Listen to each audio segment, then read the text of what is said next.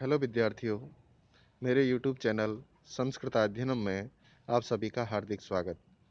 मैं डॉक्टर समय सिंह मीणा, सहायक आचार्य संस्कृत, वीर वीरम देव राजकीय स्नातकोत्तर महाविद्यालय, जालोर, राजस्थान से।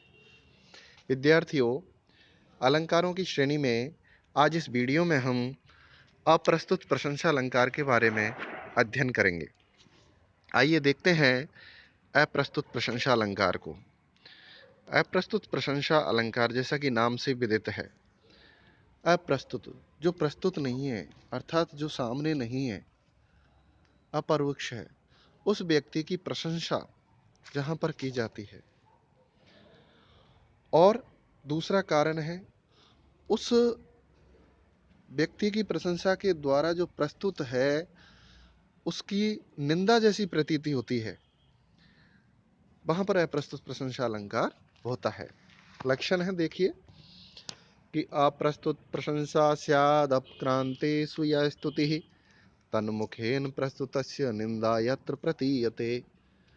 अप्रस्तुत प्रशंसा स्यात्, अप्रस्तुत प्रशंसा अलंकार होता है अपक्रांतेषु, अप्रस्तुत व्यक्ति की या स्तुति जहां पर स्तुति की जाती है, और तन्मुखेन उसी कथन के द्वारा प्रस्तुतस्य प्रस्तुत की निंदा, निंदा यत्र जहां पर प्रतीयते प्रतीत होती है, वहां अप्रस्तुत प्रशंसा अलंकार होता है।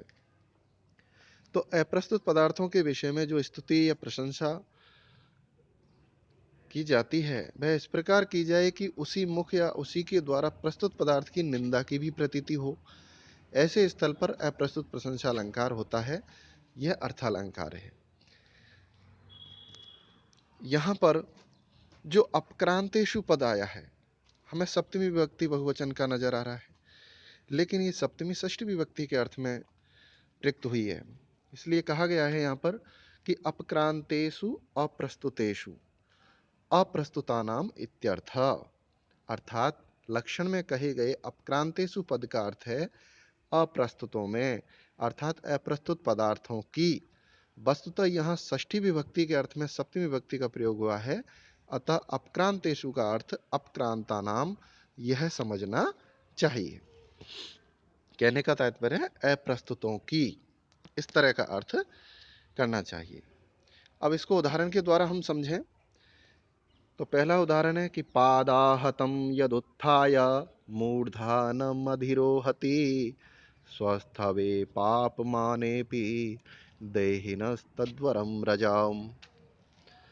अर्थात पादाहतम, पैरों से ताड़ित होकर के, यदि यानी जो, उत्थाय उठ करके, मूर्धानम सिर पर, अधिरोहति बैठ जाती है, चढ़ जाती है, वह धूलि, तद्वर तद रजा, वह धूलि उनसे श्रेष्ठ है जो अपमाने भी, अपमान होने पर भी स्वस्थ हुए, शांत चित्त और सहिष्णु की भांति व्यवहार करते हैं। ऐसे देहिना, ऐसे शरीरधारी पुरुषों से तद्वरम, वह श्रेष्ठ होती है। तो यहाँ पर चूंकि धूलि की प्रशंसा की है, लेकिन उस धूलि की प्रशंसा के माध्यम से ऐसे व्यक्तियों की अप्रत्यक्ष रूप से निंदा भी हो रही है जो अपमान होने पर भी शांत चित्त बने रहते हैं। तो इस प्रकार यहाँ पर अप्रस्तुत धूलि की प्रशंसा के द्वारा प्रस्तुत अपमान सहिष्णु शांत पुरुष की निंदा की प्रतीति होती है, अतः उक्त लक्षण के अनुसार यह अप्रस्तुत अलंकार है। आइए एक और उदाहरण के द्वारा हम इसको समझें। उदाहरण है, सुखम जीवन्ति हरिणा वने स्वपर्शेविनः अन्नैर्यत्न सुलभैर्तृणदर्भांकुरादिभिः। अर्थात वनेषु, वन में, अपर से बिना, दूसरे व्यक्ति के द्वारा की सेवा न करते हुए, हरिणा, हरिण जो हिरण है, वो अयत्न सुलभ, बिना किसी प्रयत्न के आसानी से प्राप्त होने वाले अन्न, तृण, दर्भ, दर्भों के अंकुर आदि खाद्य पदार्थों के द्वारा सुखम जीवंती, सुखपूर्वक जीवन जीते हैं। तो यहाँ पर अप्रस्तुत जो हरिण है उसके लिए उनकी प्रशंसा में कहा गया है कि वो बिना किसी की सेवा आदि,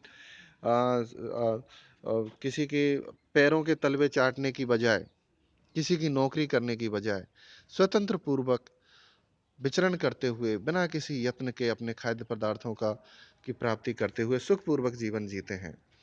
तो यहाँ पर उन चाटुकारों की निंदा की गई है जो राजा की सेवा में दिन रात प्रशासकों के तलवे चाटते रहते हैं ताकि उनको कुछ अधिक प्राप्त हो, जबकि ऐसा सृष्टि में नहीं है। उनसे श्रेष्ठ तो उन हिरणों का जीवन श्रेष्ठ बताया है।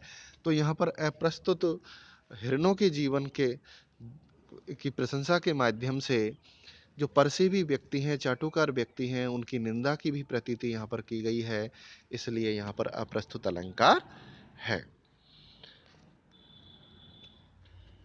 तो विद्यार्थियों, आपको निश्चित रूप से अप्रस्तुत प्रशंसा अलंकार समझ में आ गया होगा। यदि आपको वीडियो पसंद आए तो मेरे चैनल को अवश्य सब्सक्राइब करें, लाइक करें। आज के लिए इतना ही।